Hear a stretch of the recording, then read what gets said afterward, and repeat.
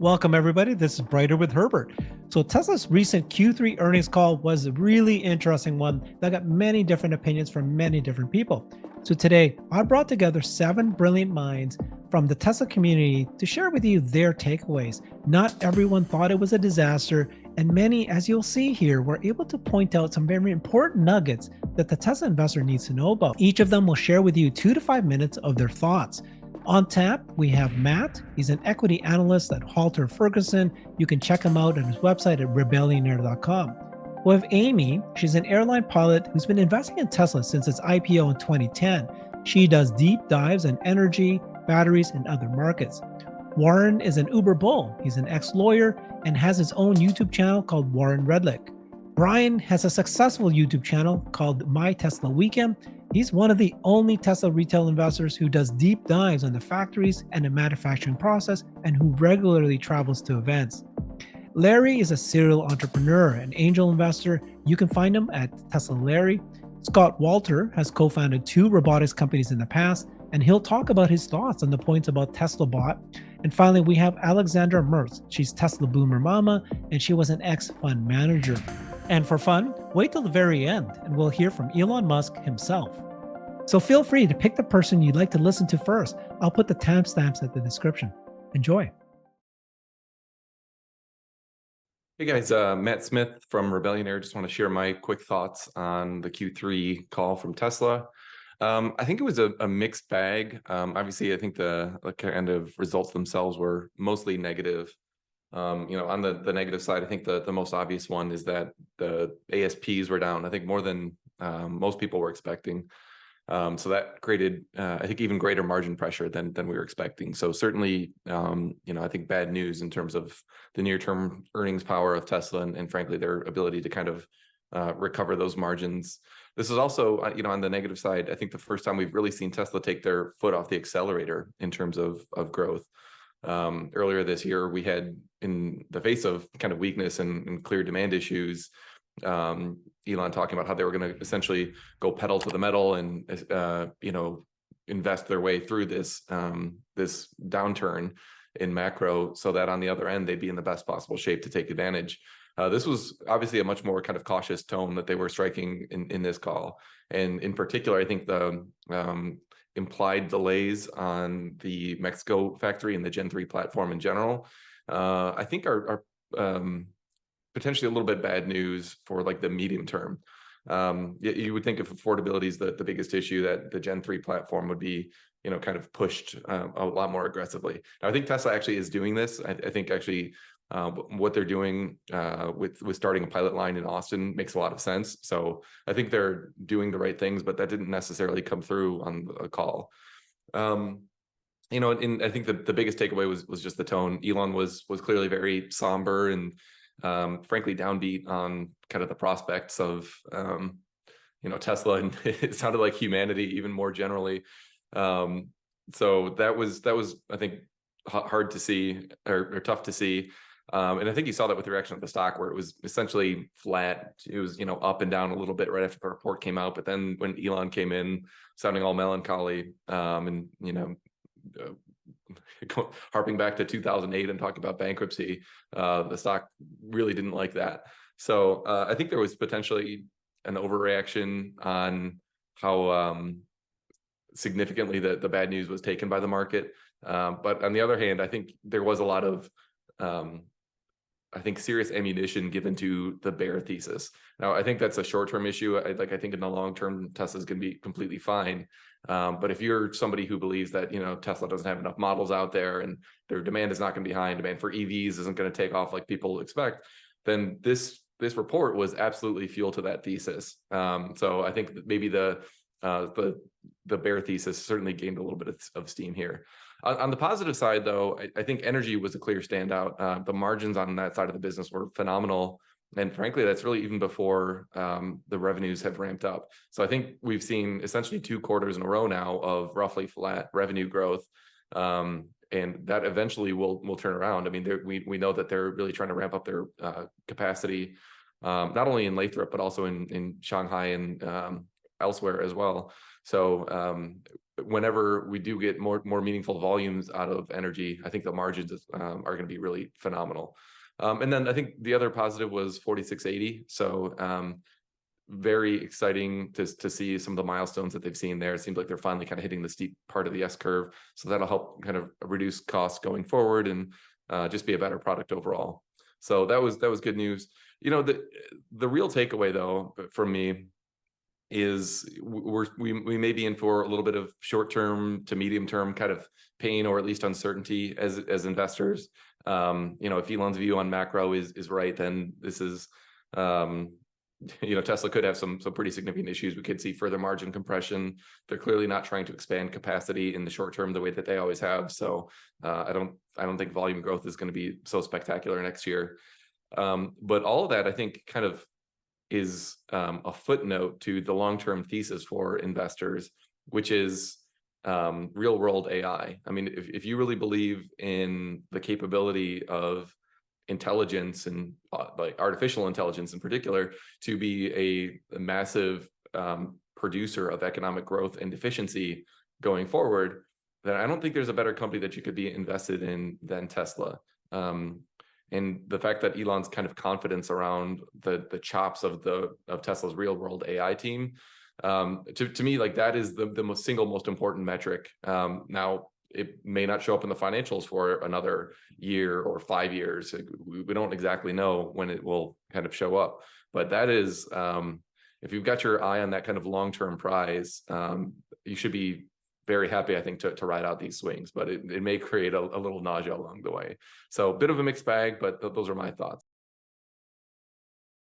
I do want to stress when Elon Musk starts talking about macro factors, he tends to be right. He might not be right on the timing, but he tends to be right that the economy is going to be maybe going through some trouble. So people that have the need to spend some of their money in the short term should go to the financial advisor, and they should set themselves up and just heed this as a warning and a wake up call that if you've been spending like it's the roaring 20s, it's time to kind of batten down the hatches. That's what Tesla said they are doing.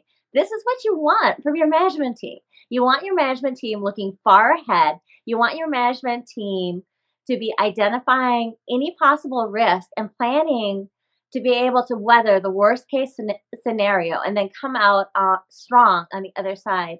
I also think that, it was right before Powell was due to speak, and he said interest rates, over 11 times. And then Powell spoke, and interest rates are on pause for a little while. So I do think there was also a desired macro result that he was doing as like the guy carrying the big stick to try and put his company in the best possible situation. And we have seen the price cuts, and he reiterated that the price cuts is just keeping the payment kind of average with where it is. Tesla isn't getting like any extra. The consumers aren't getting like any extra value there. It's just like he's just offsetting price cuts. And then Tesla has done something that was exceptionally lost to me in all the coverage was the COGS reduction that was announced, $37,500 to produce this vehicle. It is something that we've been talking about. Herbert and I had talked about it. We've been talking about it on the Tesla Beat, that Tesla was being hyper focused, and they've given us many instances of this on many earnings calls on renegotiating supply deals, on improving factory efficiencies. Even they shut down the factory and they retooled it. And they didn't just retool the Model 3 factories, they retooled the Model Y factories as well to streamline production and to really hyper focus on reducing the cost. In the past, when Tesla has gone into difficult macro environments, and we don't know that it is going to become a difficult macro environment, but there's political instability in the Middle East. That is a big change that the world needs to recognize, that could snowball into something. That what happens with the interest rates if we start having some failures in commercial real estate in other areas, we just don't know. So smart people plan to make sure that the unknown doesn't just like massacre them. And what Tesla's earnings call shows us is Tesla has 26 billion in cash. Tesla has very low debt. Tesla has hyper growth disruptive products that they're self-funding at a profit margin higher than anyone else. They're self-funding AI. They're self-funding the bot. Most AI companies are losing hundreds of millions to billions of dollars in trying to do this research. So Tesla isn't there. And if Tesla is giving a warning, then what is happening with everyone else? Like Herbert said, like what is happening with all these other manufacturers out there? And this for them is an existential threat. It's a couple bad quarters for Tesla. It is an existential threat for other companies, which is sad because that's a lot of jobs, but it is truly the case. Hey, this is Warren Redlich. I heard a lot of people complaining about Tesla's Q3 earnings call. I think people just aren't catching on. There was no news in the Q3 earnings call no quote bad news that we did not expect. We knew deliveries were down, we knew prices were down, we knew margins were going to be lower for cars. This was not a surprise. There was a lot of upside. Tesla Energy had increasing revenue, it had increasing margins. Margins went up to 24% on Megapack. We're seeing growth in the energy business with reduction in cost. That's a huge positive. That is a business that appears to be tripling on a yearly basis. If Megapack keeps tripling and Tesla Energy keeps tripling, then that means that we're going to see massive growth there, and it's going to become a larger and larger share of the business with a larger and larger impact on Tesla's overall profitability. So that's a good thing. There was a number of bright spots. People were concerned about Cybertruck. Cybertruck is coming. That was a big piece of news. We have a delivery event date, November 30th. We have a path to high volume production of about 18 months. Cybertruck is a great platform. Really good chance wasn't mentioned in the call that there's going to be a van based on the Cybertruck platform as well. I don't think Cybertruck is that big of a story for Tesla's long-term future, but it is a huge impact on the brand that as we start seeing more and more Cybertrucks on the road, people are going to notice it and it's going to drive attention to Tesla's brand, and that's a super positive. And then when you look in the long-term future, what really matters for Tesla is the next generation vehicle. When talking about the auto side of Tesla, the next generation vehicle is going to be maybe even a $20,000 car or even less than a $20,000 car when they're done with it. That vehicle is going to be produced in very, very high volumes. Cybertruck, they're talking about 250,000 units a year. I think maybe they get to 500,000 or a million a year. The next generation vehicle, we're talking about maybe 8 million units a year or more. So a lot of positives. They talked about that vehicle. It was a little bit of it was muffled, but it sounds like they're very optimistic about their ability to manufacture that vehicle at scale. Cybertruck's harder to manufacture because it has all these features that they have to incorporate, where the next generation vehicle is a more conventional vehicle and more utilitarian, so it's easier to build that to scale. Really, really good news about 4680. There was a question about 4680. Drew Baglino said, hey, we got 40% increase in volume production quarter on quarter. We've got 40% reduction in scrap. They're producing 4680 cells in much higher volume, much more efficiently. They've got the next generation Cyber Cell coming. And then in Cato Road in Fremont, California, they're developing a new generation of battery after that. And that is their plan, that the California facility will be working on whatever the next generation battery is to get ready to increase that, to produce that in high volume. So I just heard a lot of good news. I didn't think there was anything negative, to the extent that you could say something was negative that we didn't already know. Oh, Elon was negative about the economy. Elon's been critical of interest rates rising for a while now. And the economy is bad. He's just telling the truth. If you want somebody who's going to lie to you and tell you how everything's wonderful when there's global economic problems and, the threat of war, those things are bad for business. And he's not afraid to tell you the truth. So is he perfect? No. Are there things I might do differently? Sure. I think the idea that advertising is necessary is total nonsense. There's this story that's being told that, oh, Tesla's lowering prices and other companies aren't lowering prices. 2 days ago, Hyundai lowered prices on the Ioniq 6 and the Ioniq 5. Publicly story that they lowered lease prices on the Hyundai Ioniq. It's a reality. This is what is happening. And you're either lowering prices to sell more cars or you're keeping your prices high and you're selling fewer cars. And the second one is not a good long-term choice for your company, for your customers, for your investors. Selling more cars and lowering prices gives you more market share for the future. And if the economy does bounce back, that's when you make money. And if FSD takes off, as I think it will, that's when you make money. That's the future of the company, and I think it's a great future. I'm really excited that you've got a likely 10x in Tesla on the vehicle side and a 50x on the energy side, and then you have the wild cards of FSD and Tesla Bot, aka Optimus, that are just going to make things even better. So I'm super excited. I think this was great. I love hearing Drew Baglino talk. I think the new CFO did a great job, and I think people are freaking out and borderline racist for criticizing the way the guy spoke. It's his first time. Nobody liked Zach when he started either. And then everybody thinks, oh no, they lost Zach Kirkhorn. When they lost the guy before Zach, you were all upset about that too. This is just, if you're riding the Tesla wave, you got ups and downs, and you got people whining, and you just ride through it. So thanks, Herbert, for doing this. And I'm long Tesla. I'm all in. Let's keep going. So what is the recap? Hello, Herbert. So what is the recap of the big event? Oh my gosh, there's so much good stuff. I guess I would have to say the fact that we're getting 25% margins on stationary storage is incredible. I'm very excited about that. And that's after big price reductions. But the biggest news has got to be the Cybertruck. We've got a date. We've got some ideas what the ramp is going to look like. It's going to be huge, especially compared to the Rivian. It looks like the pilot line for the Cybertruck has more capacity than the entire F-150 Lightning line. That's just insane. So yeah, here we go. It's all happening. And if anybody's worried, oh no, you missed the Wall Street, oh, it's a big miss. Once again, Tesla didn't miss. The Wall Street guessers got it wrong.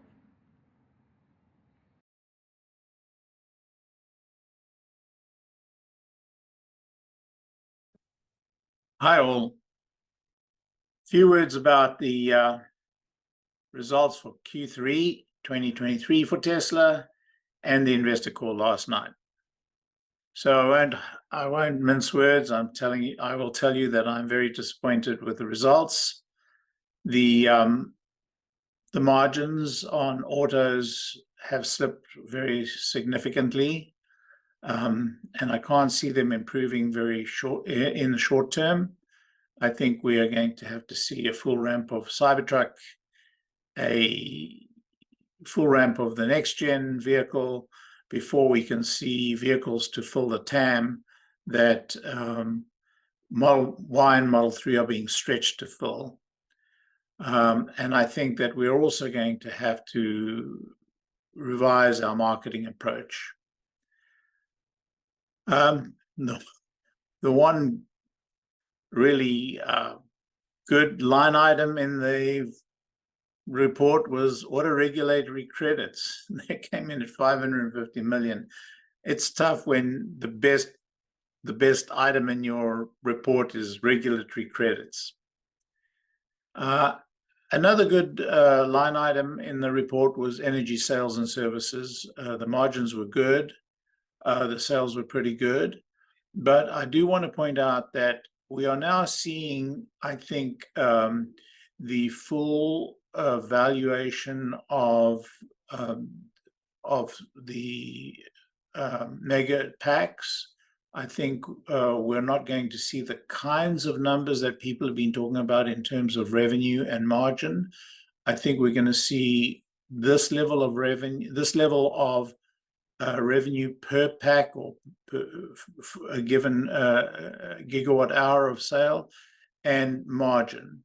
I think it's established that what we're seeing now at 4 gigawatt hours per month, I think we're seeing a well-established pricing model, and I think the margins are going to be gradually going up a bit each quarter, but not the kinds of margins that people have been talking about. And then finally, I want to talk about the delivery of the Cybertruck. It looks like it's going to be a long ramp. We can't rely upon a very large revenue and margin from the Cybertruck for next year, we're being told. And it looks like it's going to be 2026 before we see the full 250,000 Cybertrucks being delivered.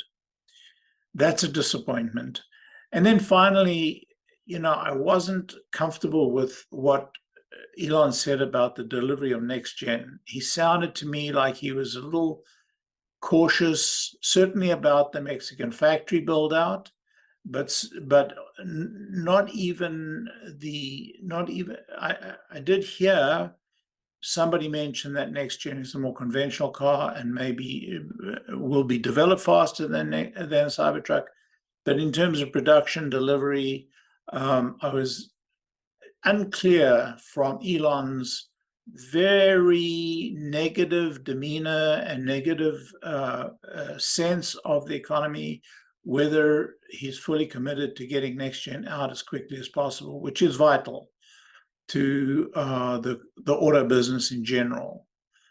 And that brings me to Elon's demeanor on the call. He was very argumentative. He was very negative about the economy. The net impact was depressive on the investor analysts and on the investor community that was on the call. And so this is not good. I think that he should allow his executives much freer rein and let those responsible for each of the segments of the business answer and affirm their views. The one great call we had was when he didn't take the call. And I was very impressed with our new CFO. The little he was allowed to talk, he really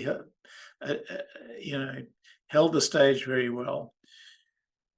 So I think we're at a point where we're stretching the Model 3 and the Model Y as broadly as we can. We're creating a TAM for them that in theory they shouldn't have. They're doing a great job at that, but we really need next gen. We need it as soon as possible. We need to expand our model offerings. And the talk of how bad the economy is and how bad it's going to get actually, to me, means that we have to move faster.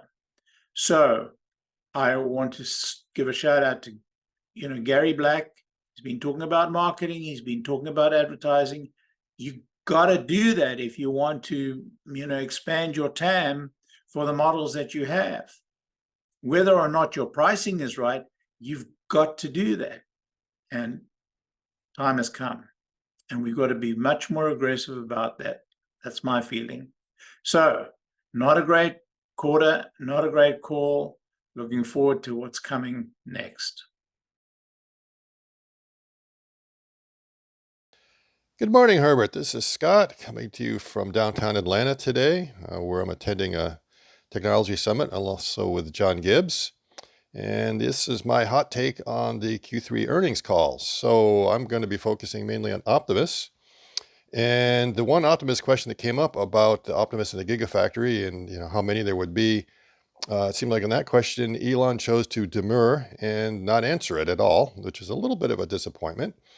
And it seems to me partly because he would prefer that the Optimus updates, he said, be done by video, than releasing something like that. And maybe more that he would like the whole team to get the credit as opposed to him just doing it on an earnings call. However, ironically, a few questions before that, on a question that had absolutely nothing to do with Optimus, but was purely about FSD, the answer evolved into something about Optimus. And that was, as he was talking about how FSD is now going from being end to end, that it was going to be very important also for Optimus, and then started to pontificate a little bit about the Optimus project overall, things that we've heard before of how it's going to affect labor and everything else. But he did throw in a couple of interesting things talking about the difference between the Optimus project and some of the other humanoid robots. He actually did call out Boston Dynamics by name and said the difference between it is, even though they're both, mechanically say elegant, the Boston Dynamics robot does not have a brain, very much like the Tin Man. So I guess that's going to be its starring role, and it has to learn to sing If I Only Had a Brain. So he feels that's a big difference. That's something I've always felt is the difference between robots, because we've had robots for a long time. The difficulty has been programming. So he sees something in the FSD program that is really going to help Optimus quite a bit. But he also pointed out something else, which I think was maybe throwing a little bit more shade on some of the other humanoid robot companies as well, and that it's designed for manufacture. Again, it's important it's designed for manufacture. And he pointed out that someday they will be also assembled or manufactured by the bots themselves. And we sort of expected that. We've seen it in a video before already, but it seems to me that they might be a lot closer to doing it because they're really thinking about not just designing it to be manufacturable, but designing it to be manufacturable by Optimus. I would suspect that they might be able to do some aspects of it sooner than we expect. The other thing is that he did point out in the end-to-end is that they're starting to teach some simple tasks for Optimus without doing it the old-fashioned way, just using the normal showing it how to do it and having it getting done. I suspect they're not just doing simple tasks of picking up a box and a table and moving it over to another table or doing something very simple like that, but probably are really looking at useful tasks on the shop floor, the low-hanging fruit we've been talking about. So I think that might be what he means when he's talking about simplified tasks. And there's also a little bit of mention of them making some modifications to the mechanics. So they may have discovered some things in their testing where maybe something needs to be improved a little bit, or maybe there's a better way of being able to do it. I'll be intrigued to find out exactly what that is and whether it's a minor or major tweak that's going to be going on. But yeah, those are my observations so far. And I guess a little bit disappointed we didn't get more news about Optimus, but I guess I can understand as they probably want to wait until a proper event like AI Day, which will probably not be until the first quarter of next year. So greetings from Atlanta, and talk to you later. Bye. How to best sum it up? I felt intuitively there are two personas of Elon. He is still completely determined to win this AI game and throwing as much money into that game as necessary and feeling very positive about it, very positive about the team he has built, very positive about the products and services that will be Tesla's offerings. So on that side, nothing changed, and I felt him as determined as ever. On the cost side, he was much more prudent. He took into account economics. Affordability was the key. I don't know how many times we've heard too high interest rates, and my gosh, if interest rates go even higher. I think they're playing it very safe on the capacity front from the cars, from the ramping speeds. They clearly said that Shanghai is still in the ramping phase for the Model 3 Plus. Obviously, the Cybertruck ramp is now an 18 months project to get to 250,000. So we had a lot of clues that this is prudent, making people understand, how difficult of a product Cybertruck is, but how revolutionary it's going to be. Model 2, or whatever we're going to call it, is going to be less of a stress, but still taking more time. So I saw him actually on both sides. And as I concluded earlier, I really do believe that shows that on the AI side, he feels he needs to be first there and he's determined to do it. While on the car side, he feels there is no competition that can currently produce cars that are comparable and have the same profitability, and therefore is reducing risk as much as he can. He felt at times emotional about his experience 2008, 2009, called himself probably too paranoid about this experience, which seems to be clear, which is funny with, Elon 15 minutes earlier talking about his AI investments. Funny, probably not the right word, but really in stark contrast. So given the financial results, which were complicated. I mean, I don't want to say subpar because it wasn't horrible either, but it was certainly not the results we had hoped for. It all makes sense now. It makes sense that we had research and development, CapEx going to higher extents than we thought, while at the same time not having the cost reductions filtering through all the way as we had expected. So it was what it was, not the most thrilling earnings call. I mean, obviously, we're all wished for something else. I don't think it's going to have a major lasting impact on the stock, but we're in for a couple of rough days, maybe even weeks. So I don't think at all that we're getting into territories like last year. Last year, always remember, was mainly due to Elon selling and then reselling the fourth tranche where, nobody expected it anymore. So This is in no way comparable, but until the Cybertruck event on November 30th, so that was obviously a positive, that is announced now and we have a date, there will be a lack of good news. There will be the naysayers will have their forum and will come out with their typical analysis and will hammer it in. So just stay prudent. Always told you this is a medium to long-term investment. Don't be in options. No point playing this. Can be a bit volatile for a couple of weeks.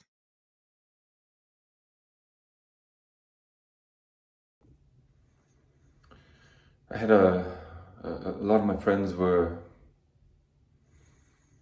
telling me that I sounded rather depressed on the Q3 earnings call.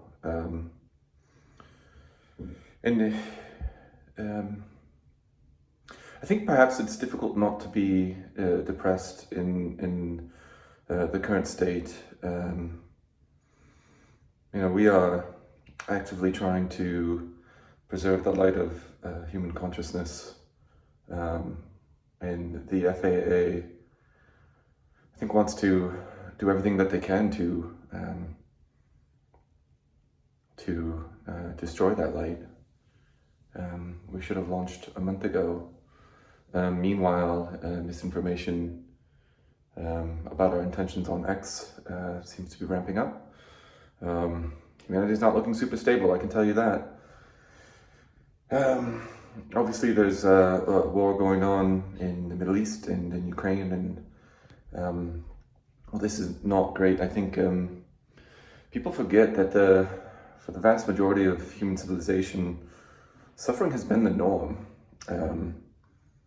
If you look at what the Mongols did, it was horrendous. Frankly, much worse than anything we're seeing today.